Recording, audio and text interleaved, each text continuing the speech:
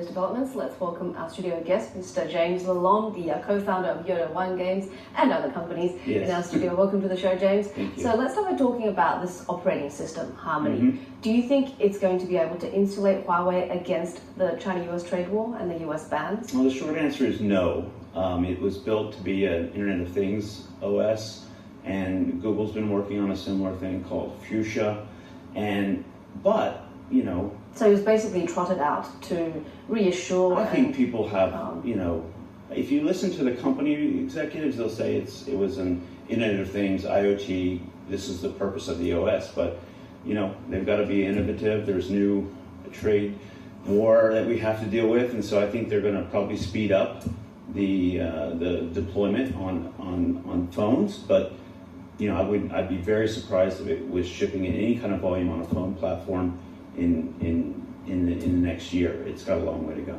But say in 2021, when 5G is really upon us, that's the interesting what can we look thing, forward to? Because Huawei has a leader there, and if they don't just try to, you know, copy what's this current status quo with iOS and Android, and they just say, what is it going to be like when you have almost basically unlimited bandwidth all the time, anywhere, with all your devices? If that becomes the OS for that, then that's a great opportunity for Huawei. Okay, so how do you see Huawei's chances of being able to survive and thrive in a very politically hostile environment globally?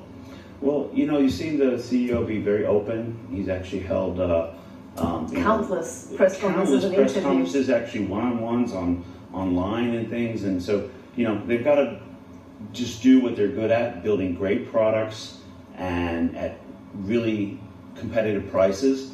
They've got to definitely keep their operations squeaky clean, let no one look at their books or any way their practices and say anything's going on a little bit strange there.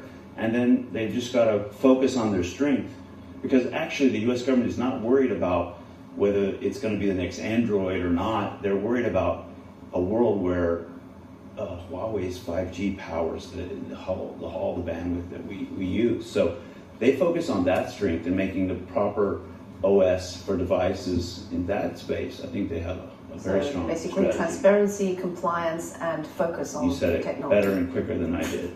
Exactly. Right. So in an earlier article, you called for Chinese companies to have that focused approach and focus on developing their own technologies. But what about areas where China is so far behind that, you know, some analysts have said it's almost pointless to try to do the same thing, to be self-sufficient? Trade war, the second word is war, and so there's a lot of waste in wars. And so supply chains are being redrawn, and people are going to have duplicity of effort just to balance those things. You know, so people are going to have to create technologies that they would have been able to let partners handle for them.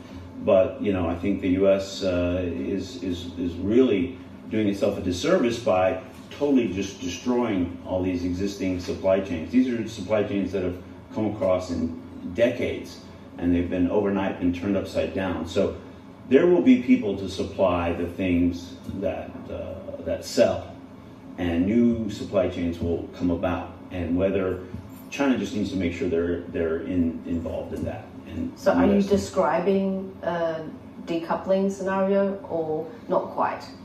Oh, I think, you know, with this current administration, decoupling, either you do what I say, you buy soybeans, you play by our rules, or we're decoupling. I think that's very clear. So there's new supply chains that need to be created and are being created as we speak.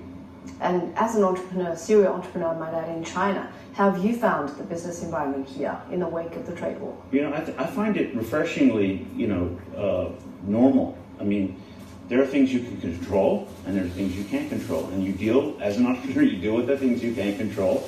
And usually the Chinese government gives you a lot of lets you know when things are going to change. If you can read the tea leaves, you can survive here. Great. Good luck with that continuous reading of the tea leaves. Thank you. James LaLonde, co-founder of Yoda One Games.